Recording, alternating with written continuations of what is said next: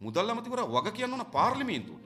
හැබැයි මේ මුදල් ඇමති පාර්ලිමේන්තුවට එන්නේ තේරුම් ගන්න ඕන මේ රාජපක්ෂ පවුල. මේ කඩා වැටෙන්නේ මැද මුලනේ තමන්ගේ වලව්වේ ආර්ථිකය නෙවෙයි. මම දන්න විදිහට ඒව කඩා වැටෙනවා ඒවා උඩ යනවා. බැසිකලි ලොස් ඇන්ජලිස් වල ආර්ථිකය කඩා වැටෙනවා නෙවෙයි මේ. ගෝඨාභයගේ ඇමරිකන් එක්සත් ජනපදයේ ආර්ථිකය කඩා වැටෙනවා නෙවෙයි. එයාගේ දරුමුණුමුරන් ජීවත් වෙන්නේ. හිරි වැටුණු නායකයෙක්. කොමාතත්තු ඉන්නේ මේ මාණ්ඩු. බං ඒක තමයි ඉස්සලා කිව්වේ හරි මගද අතර මගද මහා මගද මම දන්නේ නැහැ. දැන් අපි බලන් ඉමු නේද දැන් වහාම කළ යුතු වන්නේ මේ අර්බුදය දිග පළල ගැඹුර ආණ්ඩුව රට කියන්නේ. මේක උද්දච්ච අත්නෝමතික ආණ්ඩුව. විශේෂයෙන් මේ පවුල එහෙම පවුල. රාජපක්ෂ පවුල. ඔවුන් හිතනවා සියල්ල දන්නේ ඔවුන් විතරයි. මේ පාලනය කරන්න පුළුවන් උන්ට විතරයි. ඥානෙ තියෙන උන්ට විතරයි. මොළ හතක් වෙන 아무තු සත්තු ඉන්න උන් ගාව විතරයි. මම හිතනවා අපේ රටේ ජනතාව රෑ වැටුණු වලේ නැවත දවලුත් වැටිලා නැවත ආයෙත් රෑ වැටිලා ආයෙ දවල් වැටේ කියලා නම් අපි හිතන්නේ නෑ.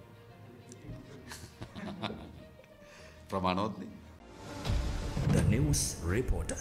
ෆෙඩරල් සෙඩ් ආසන්නයේ විශාල දිග පෝලිං ගහලා තිබෙනවා. තමන්ගේ දෛනික වැඩ කටයුතු කර ගැනීම සඳහා තමන්ගේ වාහන තෙල් ලබා ගැනීම වෙනුවෙන්. ගොවි ජනපදවල ගොවි ජනතාව තමන්ගේ අස්වැන්න නෙලන කාලය ඇවිල්ලා තිබෙනවා. ඒ අස්වැන්න නෙලීම සඳහා අවශ්‍ය වෙන යන්ත්‍රෝපකරණ වලට තෙල් ලබා ගැනීම සඳහා පෝලිමේ ඉන්නවා. දීවර ජනතාව තමන්ගේ මුහුදු රස්සාවට යන්න තෙල් ලබා ගැනීම සඳහා පෝලිමේ ඉන්නවා. ගොවි ජනතාව තමන්ගේ වගාවන්ට වතුර ලබා දීම සඳහා මෝටරේට ඉන්ධන ලබා ගැනීම සඳහා පෝලිමේ ඉන්නවා.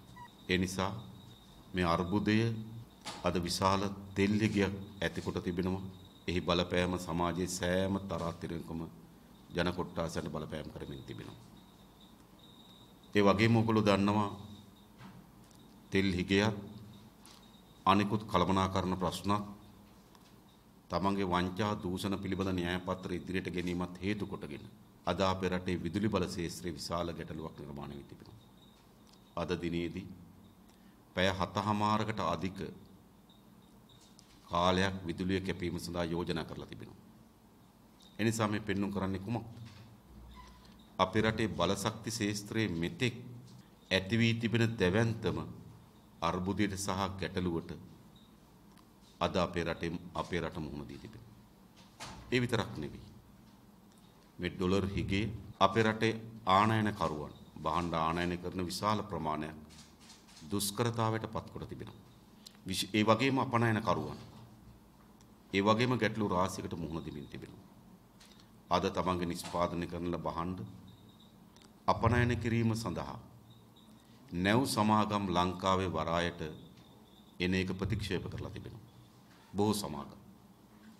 ඒ නිසා තමන්ගේ නිෂ්පාදන අලෙවි කර ගැනීම සඳහා විශාල කාලයක් රස්තියාදු වෙන්න තිබෙනවා. කර්මාන්තකරුවන්ට නිෂ්පාදකයන්ට තමන්ට අවශ්‍ය වෙන අමුද්‍රව්‍ය ගෙන්වා ගැනීම සඳහා ණයවර ලිපියක් නිකුත් කරගන්න බැරි තත්ත්වයක් උදා වී තිබෙනවා. එඳ කර්මාන්තකරුවන් නිෂ්පාදකයන් විශාල ගැටලුවකට මුහුණ දී තිබෙනවා. ඒ වගේම අපේ රටේ ජනතාවට අත්‍යවශ්‍ය භාණ්ඩ හිගයක් මා දැක්ක දැන් ඖෂධ සමාගම් වල ඒ ලංකාවේ නියෝජිතයන්ගේ සංසදයේ පහුගියදා මාධ්‍ය සාකච්ඡාවක් තියලා ප්‍රකාශ කරලා තිබුණා. මේ වන විටත් අත්‍යවශ්‍ය බෙහෙත් විශාල ප්‍රමාණයක් හිග තිබෙන බවත් මේ හිගතාවය තවත් වර්ධනය වෙන බවත්. නිසා බෙහෙත් නැති වෙන තත්ත්වය, ආහාර නැති වෙන තත්ත්වය රටේ මතුවී තිබෙනවා. හැබැයි ආණ්ඩුව හිරිවැටුණු ආණ්ඩුවක්. මේ තියෙන පීඩනය හෝ මේ තියෙන ප්‍රශ්නේ පිළිබඳව හැඟීමක් දැනීමක් නැති කොමාගතියට පත්වෙච්ච ආණ්ඩුවක් අපි ඉස්සරහ තියෙනවා. ඒ නිසා මේ අර්බුදයේ දිග පළල පිළිබඳව දැක්මක් හෝ ඒ විසඳීම සඳහා සැලැස්මක් නොමැති බව තමයි මේන් පෙන්눔 කරමින් තිබෙන්නේ. ආණ්ඩුව මේක දිගින් දිගටම උත්සාහ කරන ආණ්ඩුව මේ අර්බුදයේ ප්‍රතිඵල හැටියට පෙන්눔 කරන්න කොවිඩ් වසංගත තත්ත්වය කියලා. අපි කියන්නේ ආර්ථිකයට කොවිඩ් වලින් බලපෑමක් නොවුණා කියලා. යම් බලපෑමක් සිදු වී තිබෙනවා. හැබැයි මේ ඇති වී තිබෙන අර්බුදයේ කොවිඩ් වසංගත තත්ත්වයේ හේතු කොටගෙන ඇති වූ අර්බුදයක් නෙවෙයි.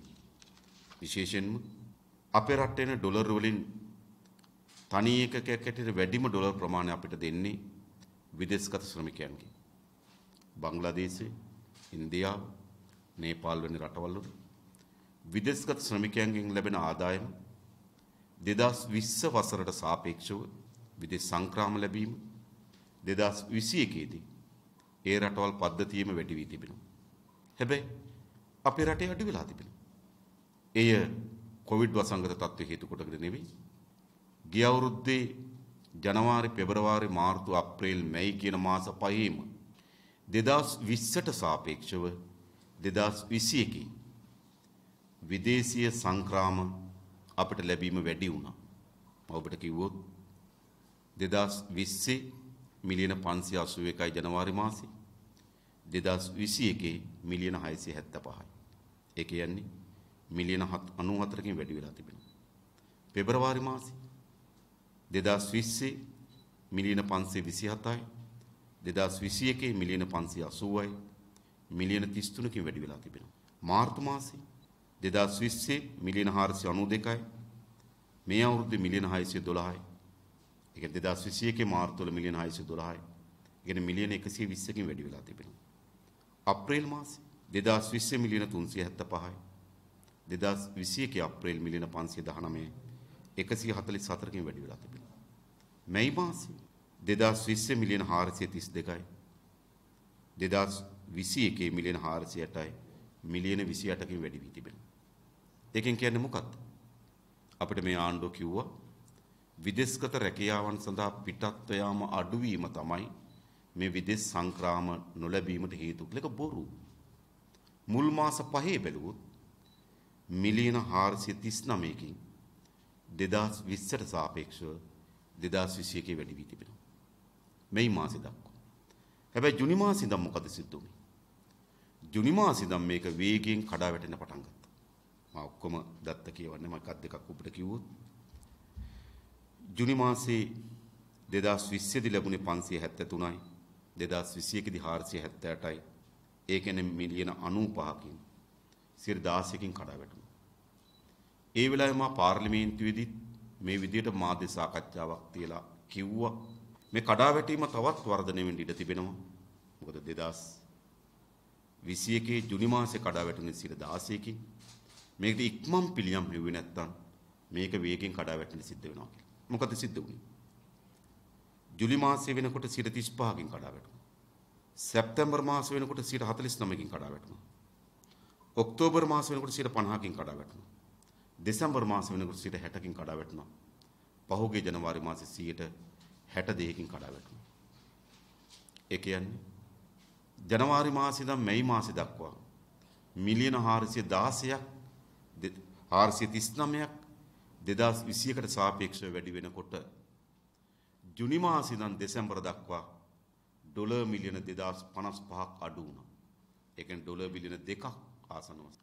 ඩොලර් මිලියන 2055ක් ඒ මාස 7 2020ට සාපේක්ෂව විදේශ සංක්‍රාම ලැබීම අඩු වුණා.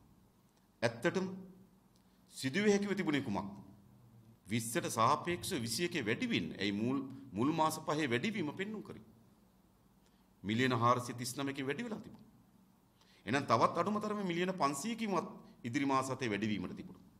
හැබැයි සිද්ධ වුණේ මිලියන 2055කින් ඒ මාස හතේ කඩා වැටුණා. ජනවාරි මාසේ 2021 ජනවාරි මාසේ අපිට ලැබුණේ මිලියන 675යි. මේ අවුරුද්දේ ජනවාරි මාසේ අපිට ලැබුණේ මිලියන 259යි. ඒ කියන්නේ 62කින් මිලියන 482ක් අඩු වෙලා තිබෙනවා.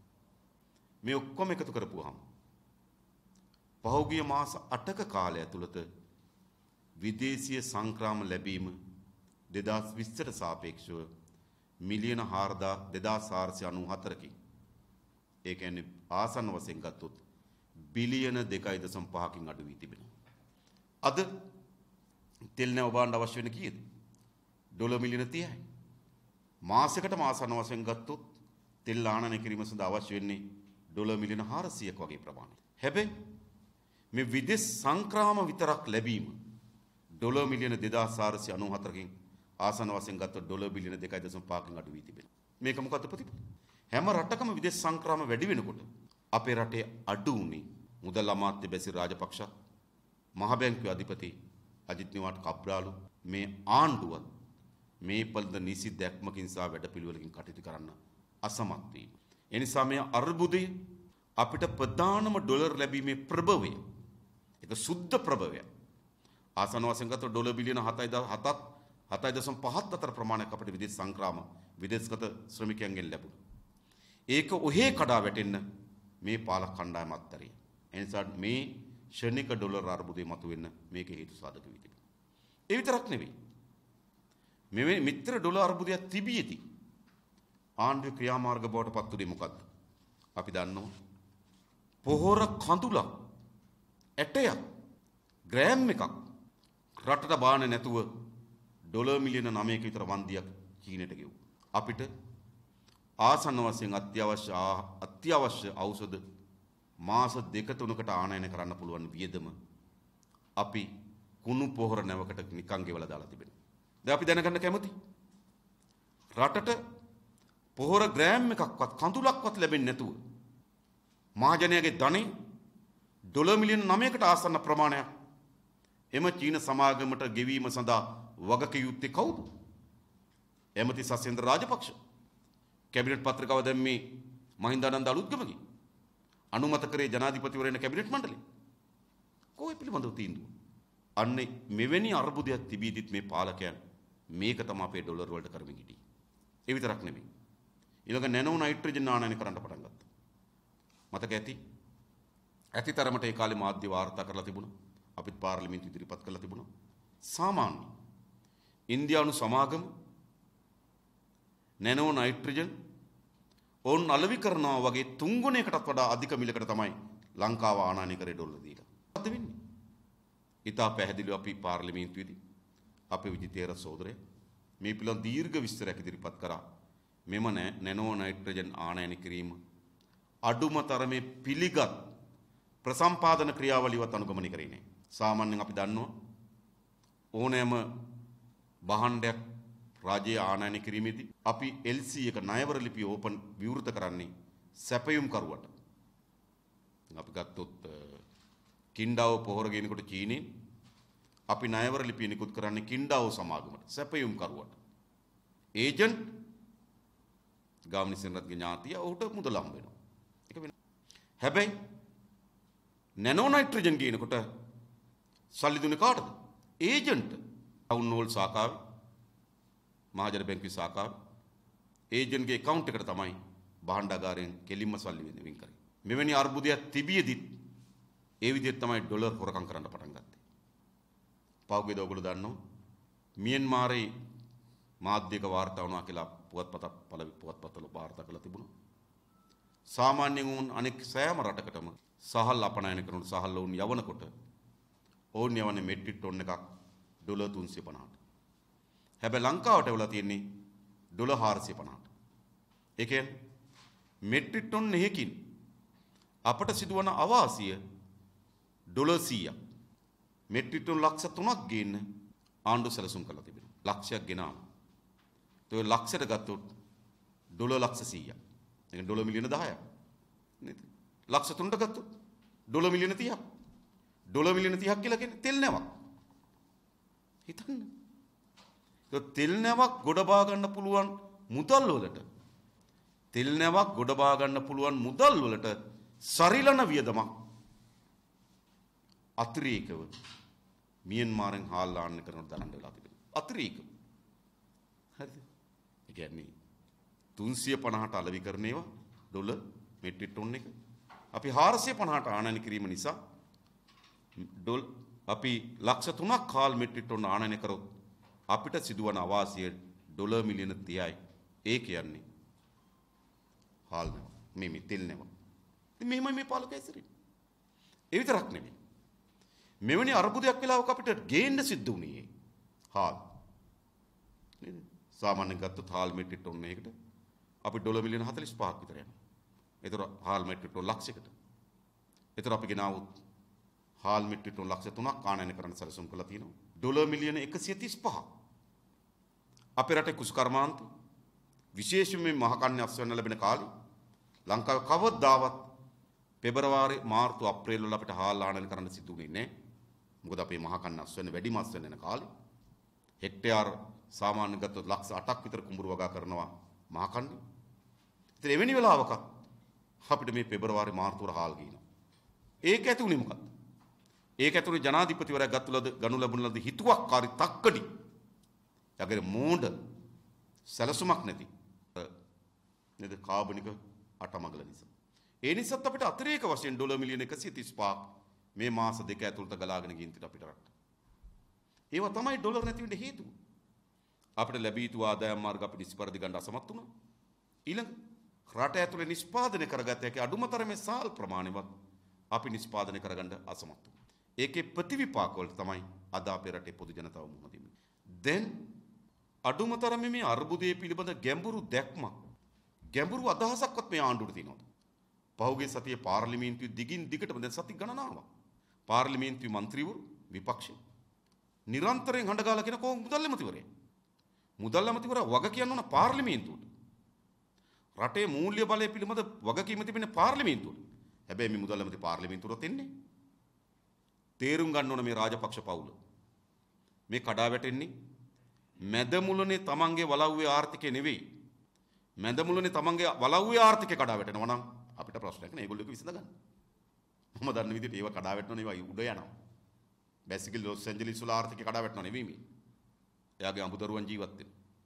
ගෝඨාභයගේ ඇමරිකන් එක්සත් ජනපදයේ ආර්ථිකය කඩා වැටෙනවා නෙවෙයි. එයාගේ දරුමුණුමුරන් ජීවත් වෙනවා. මේ අපේ රටේ දරුමුණුමුරන් ජීවත් වෙන රටේ ආර්ථිකය තමයි මේ කඩා වැටෙමින් තිබෙන්නේ. ඒ පිළිබඳ කිසිදු හැඟීමකින් කටයුතු කරන පාලනයක් නෙවෙයි.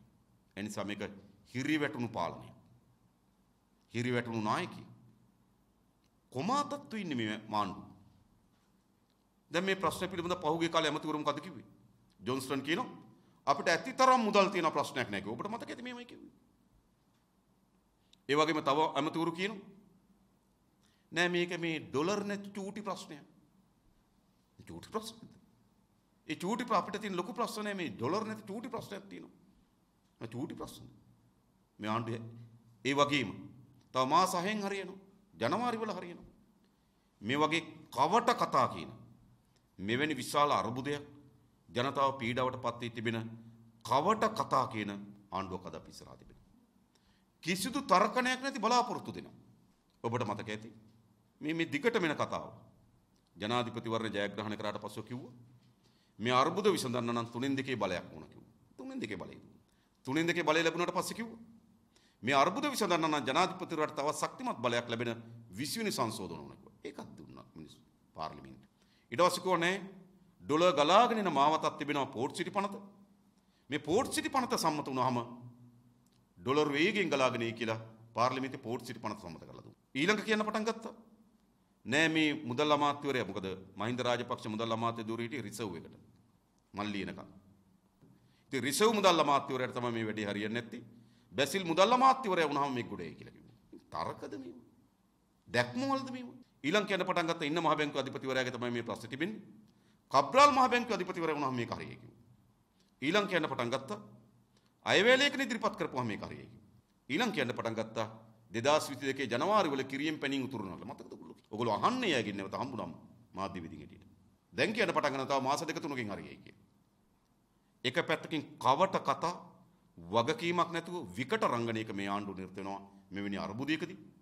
අනිත් පස්සෙන් ගත්තාම කිසිදු තර්කයක් පදනමක් නැති බලාපොරොත්තු මේ අර්බුදයේ සමනය පිළිබඳ යම් කරුණු ඉදිරිපත් කරනවා. තර්කයක් ආර්ථික දැක්මක් නැතුව මා කලින් කිව්ව පරිදි. ඒ නිසා දැන් වහාම කරන්න ඕනකම තිබෙන්නේ. අන් කවරක්වත් නෙවෙයි. දැන් වහාම කළ යුතු වන්නේ මේ අර්බුදය දිග පළල ගැඹුර ආණ්ඩුව රට කියන්න ඕන. මොකද ආණ්ඩුව කියනවා මේ කොවිඩ් තත්ත්වය මම කලින් කිව්වා ඒ වගේම තව එකක් කියන්න. දැන් අපේ විදේශ සංචිත විශාල ප්‍රමාණයක හිඳුණා. හිඳුනට කිව්වා කොවිඩ් නිසා කියලා. හැබැයි එහෙම නෙවෙයි. ඉන්දියාවේ 2020ට සාපේක්ෂව 2021 ඩොලර් බිලියන 44කින් විදේශ සංචිත වැඩි වුණා. සිංගප්පූර් ඒක විශේෂ රටක් කමක් නැහැ. බිලියන 362 ඉඳන් 416 දක්වා බිලියන 54කින් විදේශ සංචිත වැඩි වුණා. මලේසියාවේ බිලියන 105 ඉඳන් 114 දක්වා බිලියන 9කින් විදේශ සංචිත වැඩි වුණා. වියට්නාමයේ බිලියන 78 ඉඳන් 94 දක්වා බිලියන 94කින් විදේශ සංචිත වැඩි වුණා. බංග්ලාදේශයේ බිලියන 42 ඉඳන් 45 දක්වා බිලියන 3කින් විදේශ සංචිත වැඩි වුණා. පාකිස්තානයේ බිලියන 14.5 ඉඳන් 19 දක්වා බිලියන 4.5කින් විදේශ සංචිත වැඩි වුණා. ඒතර පාකිස්තානයේ විදේශ සංචිත වැඩි වෙනවා. බංග්ලාදේශය වැඩි වෙනවා. ඉන්දියාවේ වැඩි වෙනවා. වියට්නාම වැඩි වෙනවා. මැලේසියාවේ වැඩි වෙනවා. සිංගප්පූරු වල වැඩි වෙනවා. අපේ රටේ පතුලටම හිදෙනවා. ඒ නිසා කොවිඩ් නම් ඒ රටවල වලට කොවිඩ් තිබුණා. අපිට වඩා වැඩියෙන් මේ මාරාන්තික තත්ත්වයක් ඇති වුණා ඉන්දියාව අපි දැක්කා. ඒ නිසා මේ දැක්මක් සැලැස්මක් නැති ආර්ථික ගමන් මගේ ප්‍රතිවිපාක වල තමයි අද අපේ රටේ ජනතාව මේ විඳවින්න තිබෙන්නේ. හැබැයි උන්ට එහෙම ප්‍රශ්නයක් නෑ. මම දැක්ක ආණ්ඩුවේ മന്ത്രിවරියක් කියනවා. එතුමිය නම් අවුරුද්දකට සරිලන තෙල් නේද බූලි වලට ගෙනල්ලා ගොඩ ගහගෙන ඉන්නේ. කියලා කියනවා. ඒ විතරක් නෙවෙයි එතුමිය කියනවා මොකද්ද? මම විතරක් නෙවෙයි. ගොඩක් ඇමතිවරුත් එහෙම කරන් ඉන්නේ. ඒගොල්ලෝ අවුරුද්දකට සරිලන තෙල් ගොඩ ගහගෙන ඉන්නේ. හැබැයි ගොවිතැනේ ඉදිරි කුස්කර්මාන්තයේද ගොවියට අද ගොයන් ටික කපාගෙන මැෂින් වල තෙල් ගන්න විදියක්. දීවරයට බෝට්ටු අරගෙන මහමුද යන ඉන්ධන ටික ගන්න විදියක්. සාමාන්‍ය නේ ලොරියක බඩු ප්‍රවාහනය කරන රියදුරු මහත්තයට එදා දෛනික වැටුපක් ලැබෙන්නේ. ඔහුට ඒක දුවා ගන්න විදියක්. හැබැයි ඒගොල්ලෝ අවුරුද්දකට තෙල් ගොඩ ගහගන්න. මෙවැනි අර්බුදයක් වෙලා එළියට එනවා සමහර අමාත්‍යවරුන්ගේ ලයිට් බිල මිලියන 12යි. කෝටි 1,20,000යි. ලයිට් බිල් ඉල්ල බලන්න ඕන මේ නේද? ගෙදර නිකන් එයාට අර මේ එයාට ජීවත් වෙලා පුරුදු අර උත්තරද්‍රව්‍ය වගේ දන්නේ. ඇස්කීමවරුන් වගේ. නේද? දැන් අපේ රටේ ඉන්න ඇස්කීමවරුන්ගේ හැදිච්ච ඇමතිවරු. හරිද? ඒවා නේද? රින්න 16ට 18ට තියාගෙන නැත්තේ ගෙදර. නැත්නම් එහෙම ලයිට් බිල් යන විදියක් නේ. 1 කෝටි 20 ලක්ෂය. ඉතින් එහෙම නෙවෙලා තියෙන්නේ. ජනතාව අපාදුකට පත් කරලා තිබෙදී තමන්ගේ හම්බ කර ගැනීමත් වංචාවක් තමන්ගේ සුරසැපසහිත ජීවිතයත් කිසිසේත් මත්තරලා නෙමෙයි පාලකේ. මෙවැනි අර්බුදයක් වෙලාවක තමයි අග්‍රාමාත්‍යවරයා නේද ප්‍රයිවට් ජෙට් අරගෙන තිරුපති වඳින්න යන්නේ. ඒ නිසා දැන් අපි ආණ්ඩුවට බල කරලා කියන්නේ එකයි. වහාම මේ අර්බුදයේ දිග පළල ගැඹුර මුදල් අමාත්‍යවරයා රට කියන්න ඕන. ඔව් පාර්ලිමේන්තුවේ මේ පිළිබඳව අදහස් ඉදිරිපත් කරන්න. ඒ වගේම මේන් ගොඩේම සඳහා තමන්ගේ ජාතික සැලසුම මොකද්ද? මොකද්ද සැලසුම?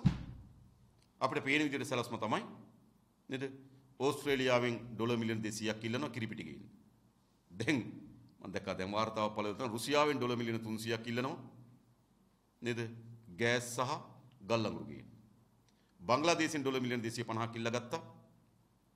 හාල් ගේන්න. පාකිස්තානයේ ඩොලර් මිලියන 200ක් ඉල්ලලා තියෙනවා සිමෙන්ති සහ යකඩ ගේන්න. ඉන්දියාවෙන් ඩොලර් මිලියන 500ක් ඉල්ලලා තියෙනවා ලූණු සීනි සහ තෙල් ගේන්න. චීනෙන් ඩොලර් මිලියන 1000ක් ඉල්ලලා තියෙනවා ඔය අනිකුත් නේද රෙදිපිලි අංග උපාංග ටික ගේන්න. ඉතින් එහෙම ගෙනවත් කොච්චර කාලයක්ද? මේ සියල්ල નિયમિત පරිදි ලැබුණත් මාසෙකමාරයි දෙකයි උඩරින්. ඊට පස්සේ මොකද කරන්නේ? මම දැක්ක දැන් බැසිල් රාජපක්ෂට එන්නේ දෙපාරක් යෝජනා කළ තිබුණා යා මාධ්‍යවල ප්‍රකාශ කළ තුන ඉන්දියාවේ යන බව. හැබැයි ඉන්දියාවේ ගියෙත් නෑ මම දන්නේ. සාමාන්‍ය ගම්වලක් තියෙනනේ 4 ණය වෙලා ආයෙ ගෙදරට එන්න හදනකොට තේරෙනවා ආයෙත් ගාණක් ඉල්ලන්න තමයි එන්නේ කියලා. අද ගෙදර නෑ වෙන දවසක එන්න කියලා. ඒ වගේ වෙන්නේ නැති. හරි මේ වෙලා තියෙන්නේ. ඉතින් රට ලෝකෙ ඉදිරියේ හැල්ලු කරලා ලෝකෙ ඉදිරියේ රට දණින් වට්ටලා ඒට හිඟන මෙහෙට හිඟන රාජ්‍යබට රාජ්‍යපත් කළා තිබෙනවා. මේ හැල්ලුවටපත් වෙන්නේ බැසිල් රාජපක්ෂ ජීවත් වෙන ලොස් ඇන්ජලිස් නෙවෙයි. ගෝඨාභයගේ ධර්මනුපුරන් ජීවත් වෙන එක්සත් ජනපදේ නෙවෙයි. මේ හැල්ලුවටපත් වෙන අපේ මාතෘ භූමිය මේ පීඩාවටපත් වෙන අපේ රටේ පොදු ජනතාව. ඒ නිසා වහම ආණ්ඩුව මේ අර්බුදයේ ප්‍රමාණය ඔවුන්ගේ විසඳුම් යෝජනා රටට ඉදිරිපත් කළ යුතුයි. තව දුරටත් අපි ඇස් ඉදිරිපිට රටක් ජනතාවක් මේ විදිහට කඩා වැටෙමින් මේ විදිහට දුක්ඛ පීඩාවට පත් කරමින් ඉස්සරහට යන්න කිසිදු අයිතියක් මේ පාලක කණ්ඩායමට නැහැ. නිසා වුන් වහම මේ අර්බුදයත් ඔවුන්ගේ විසඳුම් යෝජනා රටට ඉදිරිපත් කළ යුතුයි. එහෙම නැතුව අයාලේ නේද? අද පාන්දර තෙල් නැවාව. ඒකට කීයක් හරි ගෙව්වා. හෙට උදේ වෙනකොට බාන්න පටන් ගන්නවා. ඒතකොට වෙන කොච්චර තෙල් ටිකක් ඒ දවස් 4ක් 5කට. ඊළඟ තව නැවක් එයි. ඒක තව දවස් 3-4කට හරි. මෙහෙම රටකට දුවන්න බෑ. මෙහෙම රටක් නෙවෙයි සාමාන්‍ය නේද? සාමාන්‍ය කුඩා මේ කොහොවදන කර්මාන්තශාලාවකත් මෙහෙම දුවන්නේ. රටක් නෙවෙයි නිකන් ඔය කොහොව කර්මාන්ත තියෙන්නේ. නැත්තම් නේද? ඒ ලණු වඹර කර්මාන්ත තියෙන. එහෙම කර්මාන්තයක් මේ විදිහට දුවන්නේ. එනිසා අපි වහම කියන්නේ මේ අර්බුදයෙන් ගොඩේම සඳහා අවශ්‍ය ජාතික ආර්ථික න්‍යාය පත්‍රය ආණ්ඩුව වහම රට ඉදිරිපත් කරන්න ඕනේ. ඒක තමයි අපේ යෝජනාව. මේ වගේ මානසිකත්වයක් ජනතාවට ඇති වෙනවා. දරන්න බැරි. වාහනේ යන්නේ පීඩනේ. ඒක හැප්පෙනවා. පෞල් කුටුම්බයේ තුල ගැටලු ආර්ථික ගැටලු ඇතිලා ණය දෙවා ගන්න බැරුව පෞල් තුල ප්‍රශ්න මතුවේ. ඉතින් මේ தත්ත්වය දැන් කුකුඩා ගොස් අවසන් ඇත්තටම කුකුඩා ගොස් අවසන්. දැන් ඉස්සරහදී එන කතිරේ ගහන්නේ මේ වෛරයත් එක්ක ගින් තමයි. දැන් බලන්න මේ කතිරේ ඔබතුමාට එන්නේ. ඔබතුමාලා ඒ කතිරෙන් ජයග්‍රහණය කළොත් ඔබතුමාලා මේ පීඩනයෙන් මේ වෛරයෙන් දාපු මිනිස්සු ඉදිරිපත් කරන පීඩනය කොහොමද ඔබතුමාලා මේ විසඳන්නේ? ඇත්තටම ඒක වැදගත්. ඒ කියන්නේ අපිට දැන් කරුණු දෙකක් තිබෙනවා. එකක් තමයි සමහර ඒවා තිබෙනවා මේ අර්බුදේ ඉස්සරහට යන්න නොදී වළක්වා ගැනීම සඳහා ආණ්ඩුවට ඉදිරිපත් කරන හැකි යෝජනා තිබෙනවාද? ඒකනේ වැදගත්. අපි හිතන්නේ මේ ආණ්ඩුව එවැනි අහුම්කම් දෙන එවැනි නිහතමානී තමන්ගේ අඩුපාඩුකම් බාර ගන්න ආණ්ඩුවක් නෙවෙයි. මේක උද්දච්ච අත්නෝමතික ආණ්ඩුවක්. විශේෂයෙන් පවුල එහෙම පවුල. රාජපක්ෂ පවුල. ඔවුන් හිතනවා සියල්ල දන්නේ ඔවුන් විතරයි. මේ පාලනය කරන්න පුළුවන් උන්ට විතරයි. ඥානෙ තියෙන උන්ට විතරයි. මොළ හතක් වෙන 아무තු සත්තු ඉන්න උන් ගාව විතරයි. හරිද? මේම මානෙන් පිරිති උද්දච්ච නායක කණ්ඩායම. ඒ නිසා මම හිතන්නේ මේ ආණ්ඩුවට යෝජනා ඉදිරිපත් කිරීමෙන් පළක් නැහැ. ඊළඟ ඔබ අහන එක තමයි ඔබගේ පාලනයකදී. පළවෙනි එක අපි සහතිකයක් දෙනවා මේ අර්බුදයේ තීව්‍ර වෙන්න ඉඩ දෙන්නේ නැහැ. දෙවෙනි එක විශේෂයෙන්ම ඔබට පෙන්වා දෙන්න ලැබුවා දැන්ටමත් ඩොලර් බිලියන 2.5ක් වගේ අපිට විදේශගත ශ්‍රමිකයන්ගෙන් අපිට අහිමි වී තිබෙනවා. ඒ නිසා අපි අන්නේ විදේශගත ශ්‍රමිකයන්ගෙන් අපිට ලැබෙන ආදායම අඩුවීම අපි වළක්වා ගැනීම සඳහා සැලසුම් හදනවා. මොකද එතකොට අපිට 2.5ක් වගේ එනවා අර්බුදයට පිළියමක් ලෙස. ඒ වගේම දැන් අඩු වෙච්ච එක. මම කියන්නේ මේක තව කඩා වැටෙනවා කියලා මේ විදිහට කියමු. ඒ වගේම අපි උත්සාහ කරනවා තවත් ඩොලර් බිලියනයක් වගේ අතිරේක මුදලක් විදේශගත ශ්‍රමිකයන්ගෙන් ලබා ගන්න. මා කලින් මේක පැහැදිලි කරලා තිබුණා. මම දැක්ක බන්දුරත් මේ ළඟදී කියනවා ඩොලර් 100 ගානවත් එවන්න කියලා නේ මාසෙකට මම දැක්ක කියලා තිබුණා. මේගොල්ලන්ට එවන්නේ නැහැ. මේගොල්ලන් කවුද එවන්නේ? 1 කෝටි 20 ලක්ෂය ඇමතිගේ බිල කියලා දැක්කහම විදේශගත ශ්‍රමික ඩොලරයක් එවයිද? මේ පාලකයන්ට එවන්නේ නැහැ. ඊළඟ වැදගත් දේ තමයි අපි හිතනවා යම් ආනයන සීමා වලට අපි යන්න ඕනකම තිබෙනවා.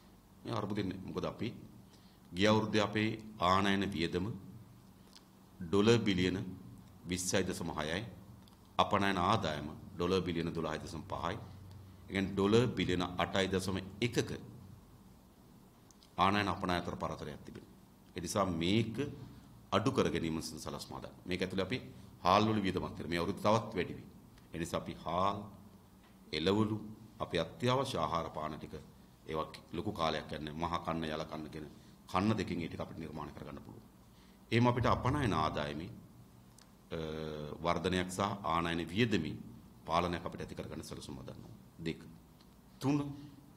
ඒ වගේම අපි ගන්නවා විදේශගත ශ්‍රී ලාංකිකයන් විශාල ප්‍රමාණයක් ධනවතුන් ඉන්නවා, ව්‍යාපාරිකයන් ඉන්නවා, විශාල ආයෝජන හැකියාවන් තියෙන අය ඉන්නවා. ඒගොල්ලෝ ලංකාවට එන්නේ ආයෝජනය කරන්න. මේ දේශපාලකයන් පස්සේ යන්නේ ඒගොල්ලෝ කැමති නැහැ. ඒ නිසා අපි වේගයෙන් විදේශගත ශ්‍රී ලාංකිකයන්ටත් ඒගොල්ලන්ට ආරාධනා කරන්න ඕන. අපේ රටේ ලලුත් ආර්ථික ප්‍රභවයන්ගේ ආයෝජනය කරන්න ඕන්ට අපි ආරාධනා කරන්න ඕන. ඒක අපි අපේක්ෂා කරනවා. ඒ වගේම අපි ගත්තොත් සාමාන්‍යයෙන් ගත්තොත් අපේ වසරකට අපිට ණය වාරිකේ මේ පෙබරවාරි ඉඳන් ඊළඟ පෙබරවාරි දක්වා අපේ ණය වාරිකේ තියෙන ඩොලර් බිලියන 6.9ක් ගෙවන්න. ඩොලර් බිලියන 6.9ක ණය වාරිකයක් තියෙන වසරකට ගෙවන්න. ඒකෙන් විශේෂයෙන් ගත්තොත් මේ ජුනි මාසේ අපිට ISB එකක් කල්පිරන ඩොලර් බිලියනයක. ඒක අපිට කොහෙන් ගෙවයිද දන්නේ. කොහොම වුණත් අපිට විශාල ණය වාරිකයක් ගෙවන්න තිබෙනවා. ඒ නිසා ණය දුන්නු ණය විශේෂයෙන් ව්‍යාපෘති ණය පිළිබඳව අපි නැවත ඒ පිළිබඳව විගණනයක් කරලා ඒවට ප්‍රතිලාභ ගෙනත් දීලා තියෙනවද නැද්ද? ඒ වගේම අපේ ජාතික ආර්ථික සැලැස්මක් එක්ක අපි ණය දීපු ආයතන ටික සාකච්ඡා කරනවා. ඒක ඉතාමත් විනිවිදභාවයෙන් කරන සාකච්ඡාවක්. ඒ සාකච්ඡාව හරහා අපි යම් ප්‍රමාණයක් අපේ ණය ප්‍රතිවගත කර ගැනීමට යන්න ඕන. එවැනි සැලැස්මක් හැදුවොත් මම හිතනවා කෙටි කාලයකට මේ අර්බුදය අපිට පියමන් කරගන්න පුළුවන්. හැබැයි ඒක ස්ථාවර වෙන්නේ නැහැ. ස්ථාවර වෙන්න නම් අපිට මධ්‍ය කාලීන දිගු කාලීන ඩොලර් රුපියල් ගැනීමේ ආර්ථික මාවතක් තියෙනවා. ඉතින් අපි මේ පිළිබඳව විශාල ආර්ථික දැක්මක් සකස් කරලා අපේ සංචාරක ව්‍යාපාරය අපිට ගෙනියන්න පුළුවන් කොතෙන්ටද? අපේ ස්වභාවික සම්පත්තුන් අපිට කොතෙන්ටද ගෙනියන්න පුළුවන්? විශේෂයෙන්ම අපි දන්නවා තොරතුරු තාක්ෂණය. දැන් ගත්තොත් සෞදි අරාබියාගේ අවුරුද්දේ ලෝකෙට තෙල් යවල හොයලා තියෙන්නේ ඩොලර් බිලියන 113යි. හැබැයි ඉන්දියාව IT වලින් හොයලා තිබෙනවා ඩොලර් බිලියන 130ක්. එහෙනම් අද ලෝකෙ තෙල් වලට වඩා වටින්නේ මොකද්ද? නොලෙජ් එක. ඒ නිසා අපි වේගවත් සලස්මක් හදන්න ඕන. ලෝකෙ මුදුකාංග වෙළඳපොලෙන් පංගුවක් අත්පත් කරගන්න. ඒ වගේම දියුණු ශ්‍රම වෙළඳපොලෙන් පංගුවක් අත්පත් කරගන්න. මෙවැනි දිගු කාලන සලස්මක්, මධ්‍ය කාලන දිගු කාලන සලස්මක් පිළිගත් කරොත් මේ රට කඩා වැටි තිබෙන ගැඹුරු අර්බුදයෙන් මා හිතන අපිට ගොඩගත හැකියි. ඒ පිළිබඳ දැඩි විශ්වාසයක්, අදිෂ්ඨානයක් සහ කැපකිරීමක් අපි සතු තිබෙනවා. ඒ නිසා අපි හිතනවා මේ අර්බුදයේ ගොඩගැනීමට තියෙන ඒකායන මාවත අප විසින් යෝජනා කරන ආර්ථික දේශපාලන මාවත විතරයි. එන ජනාධිපති සහ ඒ අනිත් කට්ටිය මේ පිවිදිලා තිනවා නව යුගයක් කර අරගෙන යන්නේ.